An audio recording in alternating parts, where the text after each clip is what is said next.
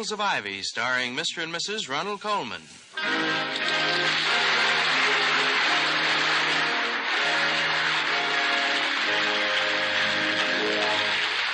Good evening, this is Ronald Colman. And Benita Colman. Inviting you to join us again on the campus of Ivy College. And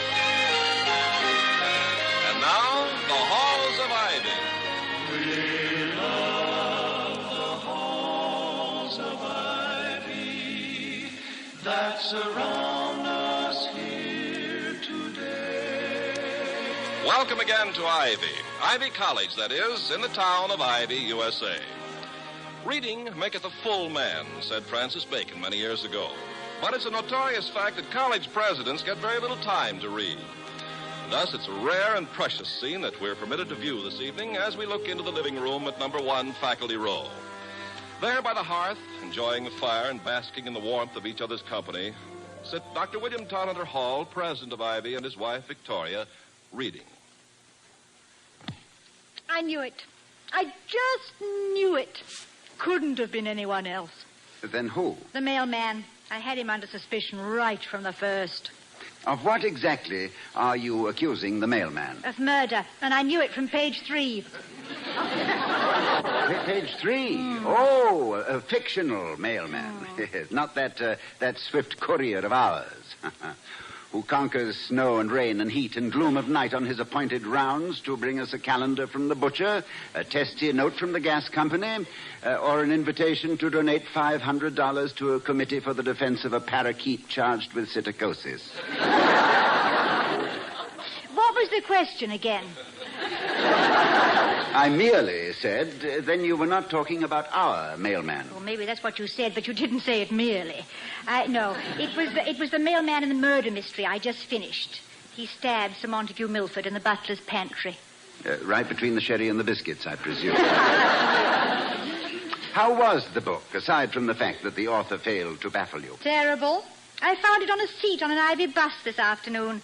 Somebody smarter than I am had thrown it away. What are you reading, or were you reading, before I broke in on your research? It is called Miscellaneous Publication number 486, and is published by the Soil Conservation Service of the United States Department of Agriculture. You must have found that on a bus, too. No, Professor Darby of our agricultural school gave it to me. It is subtitled Teamwork to Save Soil and Increase Production. It's devoted to the conservation of water and soil. Well, that's simple enough. Just dig a well and save the water in it. Put the dirt you dug out of the well in a big pile and save that, too. Conservation, soil and water. Why don't they ask me about these things? Well, I can't answer that without hurting your feelings, my love. Besides, this is really a large and interesting subject. It concerns proper farming methods, such as contour plowing, tree planting, erosion prevention, and 100 other ways to use the earth and not lose it. Professor Darby calls it farming today for tomorrow. Well, why did he give it to you? Oh, I indicated some interest the other day when I asked him about the legal aspects of cloud seeding. Cloud seeding? Yes, dear, artificial rainmaking. But, darling, you are interested in more things. But what about the legal aspects? Well, I just asked a hypothetical question. I wanted to know what my legal rights would be if I owned a farm, raising crops which required little or no water, while a neighboring farm needed rain and started cloud seeding. Supposing the wind were to shift and my crops were deluged and ruined, whom could I sue? My neighbor? My government? The firm of cloud seeders? Or Jupiter Pluvius? Well, yes. Or if we started out for a picnic on a bright day and some ambitious farmer sent up an airplane and made it rain, who would we blame for the soggy sandwiches and the wet cookies? Exactly. Well, who would we? Professor Darby didn't know. Oh. It's the old story. Ask a hypothetical question and you get an equivocal answer. So I think I shall lay this pamphlet aside and go back to my real reading for the evening. A mystery? Here's a profound one. It is a paper by one of our younger faculty members in one of the psychological journals. Just published. The mystery is why.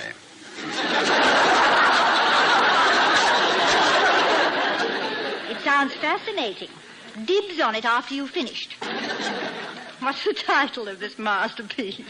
It's called... Excuse me while I take a deep breath. Mm-hmm. A statistical study of certain aspects of sibling rivalry among public school children in the pre-adolescent age group.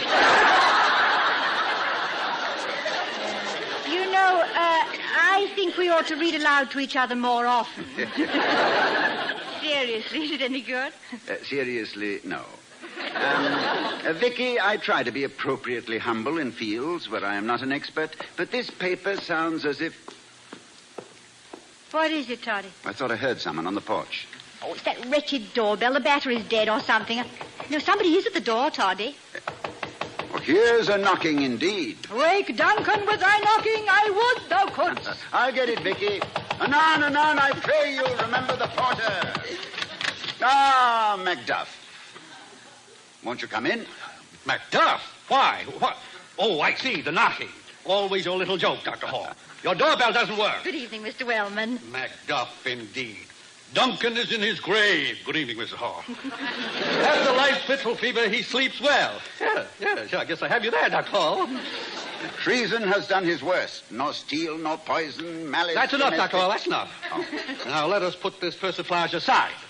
I have come here, Dr. Hall, on a matter of the gravest. I am disturbed by a matter which concerns you as president and me, that is, as chairman of the board. Well, if you're suggesting that it doesn't concern me, Mr. Wellman, I can go hook a rug or something. Oh, not at all. I didn't mean that. I know Dr. Hall likes to have you present whenever possible. Yes, I even bought an insurance policy to further the idea. It's called a marriage license. Anyway, please don't leave, Mrs. Hall. I value a woman's approach to things. Intuition, they call it. Intuition, nonsense. Just a pretty name for animal instinct. Yeah. I know, a euphemism. Euphemism? He didn't mean you, he meant me. Oh. Yeah, please sit down, Mr. Wellman. Thank you, Mrs. Hall. As you know, I want to have here at Ivy a faculty second to none. The best, mind you. Well, I find myself in complete agreement with you, Mr. Wellman. It's a rare and enjoyable sensation. Well, enjoy it while you can. Because, Dr. Hall, the price of having the best faculty obtainable is internal vigilance. Eternal, isn't it? In this case, it's internal, Mrs. Hall. It concerns this college as an internal affair. And to further this objective, Dr. Hall, we must be ruthless. Objective. We must... Look, do you know this new man in the history department, Professor Grimes? Hugh Grimes? Yes, but he's not exactly new, Mr. Wellman. He's been with us a year and a half, and a good man, too. Now, that is a matter of opinion, and it is not my opinion. The man is no scholar, not keeping up with the standards of our faculty. He's lazy, slacking on his job. He's letting us down, Dr. Hall. Down! Down, boy! Well, I can't understand how you got this impression, Mr. Wellman. Grimes is a brilliant man, one of our most promising historians. Well, then let him keep his promises. Do you realize that Grimes has published nothing, not a single book or article since 1947? 5 years? Well, is the value of the teacher to be measured by what he offers his pupils or his publishers? May I remind you, Dr. Hall, that Grimes occupies the Hezekiah Q. Wellman Chair of Modern European History? Oh, the reminder is unnecessary. I know it very well. And need I add that that chair was endowed by me in grateful memory of my late paternal grandfather, Hezekiah Q. Wellman? Grimes is in my chair. I mean, the one I... Yes, I know that also. Do you know Dr. Grimes personally, Mr. Wellman? Well, I've shaken his hand, if that's what you mean. I know what he looks like. Doesn't mean anything. Anybody can look like anything. And they often do. Are you sure you have adequate grounds for your complaint? I know that he hasn't published anything since 1947. That's enough for me. Well, wouldn't it be a good idea to get acquainted with him? Yes. Now, why don't you both come over here tomorrow evening? Won't do any good. A lot of happy chit-chat, la-di-da personalities, everybody being charming. Nobody's going to charm me into changing my mind. Maybe Grimes can hold a teacup, but that isn't the question. Can he hold his job? Well, let's have you both here anyway. We'll all try our best not to be charming. It'll be difficult for my wife, I know, but I'm sure she'll do her best.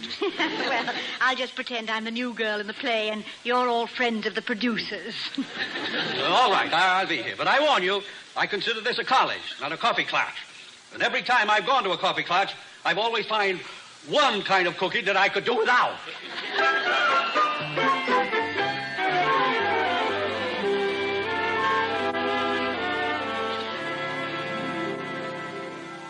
Well, it's good to see you, Dr. Grimes. Glad we were able to reach you. Do you know anything about Steam fitting? Well, only the old joke about taking two pieces of steam and screwing them together. Or about boiler cleaning compounds? No, sir. My horizons are somewhat limited. Then you ought to be a college president. I was just on the telephone with the custodian of buildings. He wanted my advice on repairs to the heating system. Now, why should I know anything about that? Well, I suppose the presidency of a college does demand a certain omniscience. Omniscience? Yes, it would tax the versatility of Leonardo, the wisdom of Solomon, the patience of...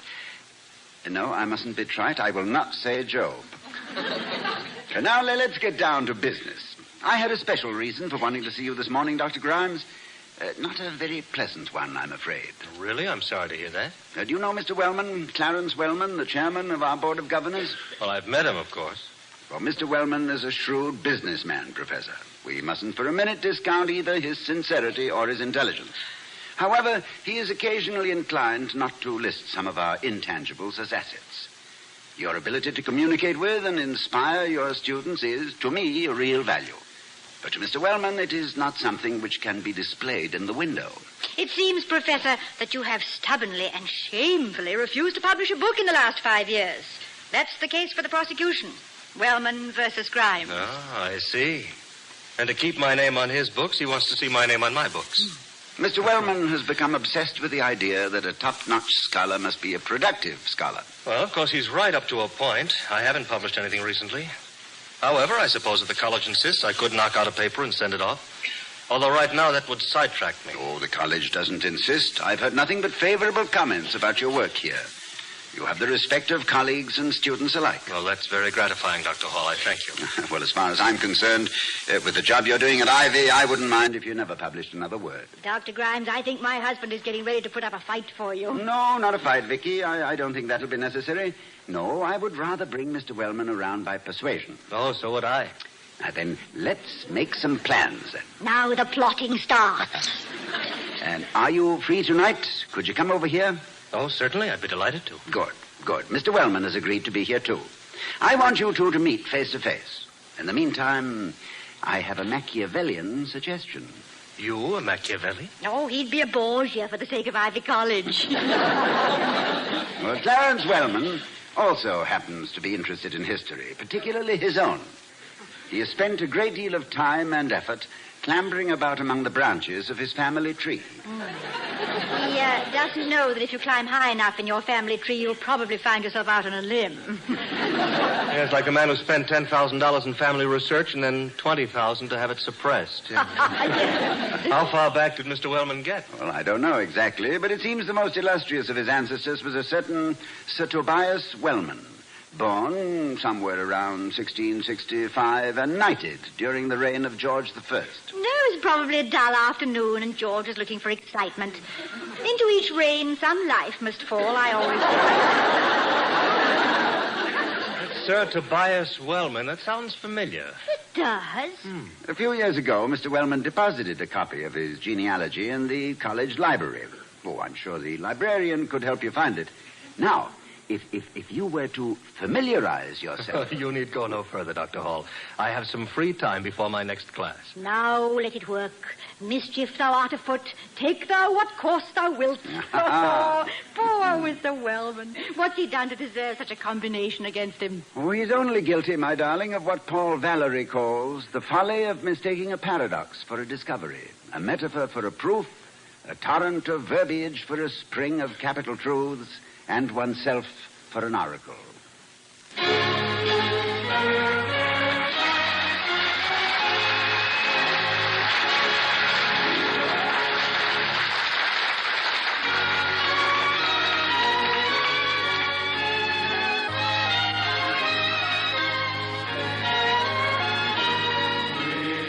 The Voice of America is bringing you this presentation of The Halls of Ivy, starring Mr. and Mrs. Ronald Colman.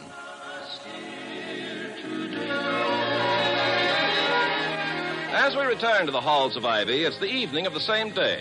In the Hall's living room are Dr. and Mrs. Hall and young Professor Grimes. All this business about publication.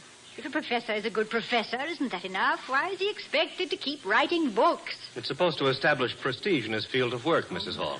The authority of the printed word. It's an ever-recurring problem, Victoria. Quite a familiar one to those of us in the teaching professions, but not to the laity. That was no laity. That was your wife.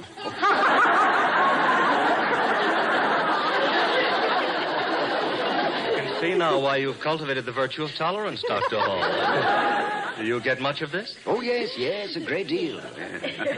Although my wife's theatrical references are usually more classical than that one. Well, it just didn't seem to be the right spot for Shakespeare. But tell me, Dr. Grimes, you said this morning that it would... Oh, now, that must be Mr. Wellman now.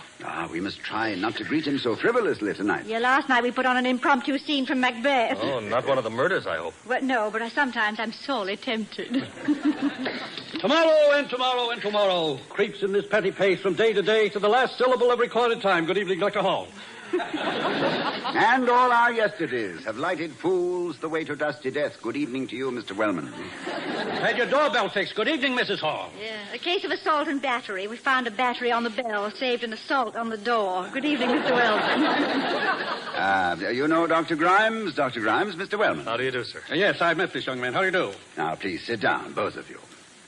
I've invited you here tonight because I believe you should know each other better. I was sure, Mr. Wellman... Yes, Dr. Hall. I know all that preamble. But, Dr. Grimes, how much do you know about English history? He teaches it, Mr. Wellman. Yes, and I've done a good deal of research in it. Have you ever heard of Sir Tobias Wellman? Sir Tobias Wellman? Yes, I have. You have? How did you happen to... hardly anybody ever... You're sure you mean Sir Tobias Wellman? Yes, I do. He was born, as I remember, in November 1665. November 17th. Fancy your knowing that. Don't meet many people these days who take an interest in real historical figures. This is quite a coincidence you're knowing about it, Professor. Oh, now, how can you say that, Victoria? History is Professor Grimes' specialty. It's no more surprising than to find Mr. Wellman, a former soup manufacturer, knowing how much actual gumbo goes into chicken gumbo. Very silly.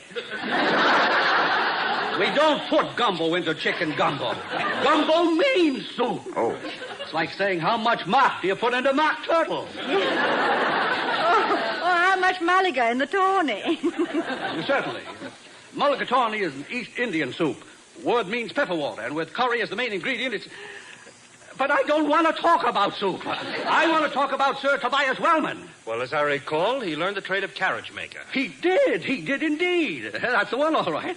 Dr. Hall, this is the first historian I ever met. And finally went into business for himself. And he's a forebear of yours, I take it, the sir. First of the Wellman line, Sir Tobias. I believe he eventually became carriage maker to the king. Exactly.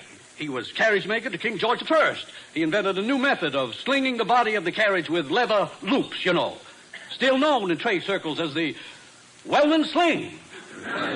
Far more comfortable for the passengers. Oh, yes. It was in recognition of this contribution to the royal comfort that Tobias Wellman was knighted. Exactly. Dr. Hall, why haven't I talked to this young man before? Well, the opportunity has existed. Incidentally, Mr. Wellman, I went to the library today and read that copy of your genealogy. You did? Well, it's been there long enough. I'm glad somebody was finally interested enough to read it. Why were you interested in it, Professor? Excuse me while I get some butter. Butter? Butter? I just want to see if it'll melt in my husband's mouth. Well, now, I don't believe that, really, now, there's such an experiment at this time of it. No. Go ahead, Professor. Well, a few years ago, I was doing some research in the British Museum on the social history of the Restoration period. I don't know why they call these high points of history periods. History flows. Its interludes might be called historical commas, perhaps, or at the most semicolons. But I'm sorry. Go on, Professor. Yes, go on. Well, I was digging around in some old pamphlets, diaries, and letters and so on.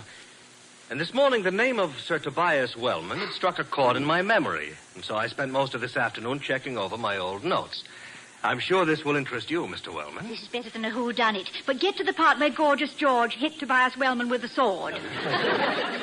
Now, there is reason to believe, sir, that the young Wainwright named Wellman, who married Polly Boggs, was not actually the father of Sir Tobias Wellman. What do you mean, not actually the father? Well, then who? Polly Boggs was the daughter of an innkeeper near London. One stormy night in March 1665, this information is from an old letter. There was an unexpected guest, a royal guest, King Charles II. Who wrote this? Daphne du Maurier?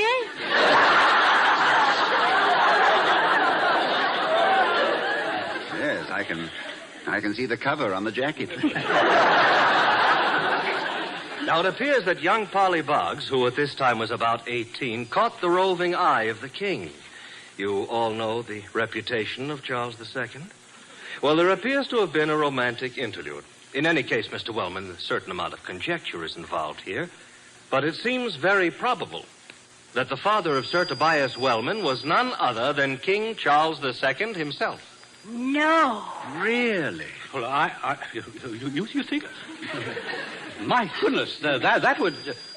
Really? Mr. Wellman, you may very well have flowing in your veins the blood of royalty, the blood of the Stuarts. Well, but Wellman did marry her, didn't he? And of course, that was a very long time ago.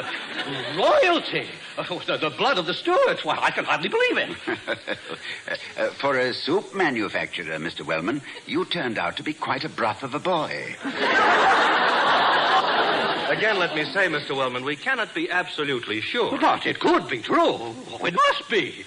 It would explain so many things about me. Yes.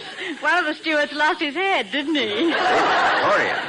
Dr. Hall, my judgment was too hasty. Young man, you are the kind of faculty member we like to have at Ivy. That's gratifying, sir. Anybody who does such conscientious research, well, when your contract comes up for renewal, in spite of what Dr. Hall may advise, I want you to know I am behind you. In spite of what I... Yes, now I must go. It's been a pleasure to talk to you, Professor Grimes. Good evening, Mrs. Hall, Dr. Hall. Yes, this has been very interesting.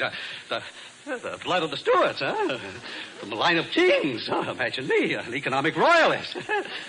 King Clarence I. Good night, subjects. Good night. Good night, Your Majesty.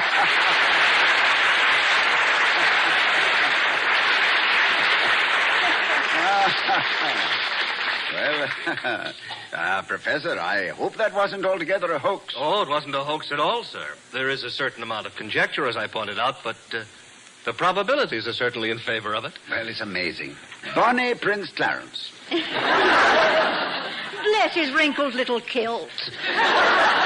He went out in quite a glow of noble happiness, didn't he? Yeah, I always rather suspected he came from royal stock. It explains why I've so often wanted to crown him. No, that's lèse majesty, my darling.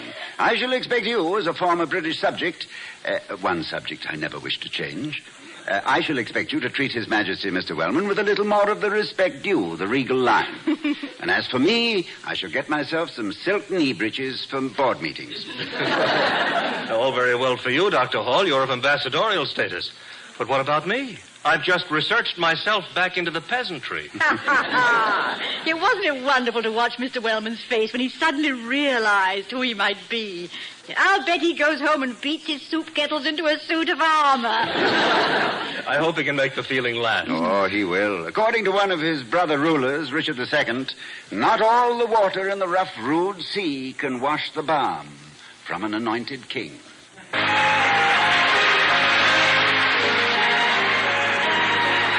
be seeing you next week at this same time at the Halls of Ivy, starring Mr. and Mrs. Ronald Colman. Oh, we love the halls of ivy that surround us here.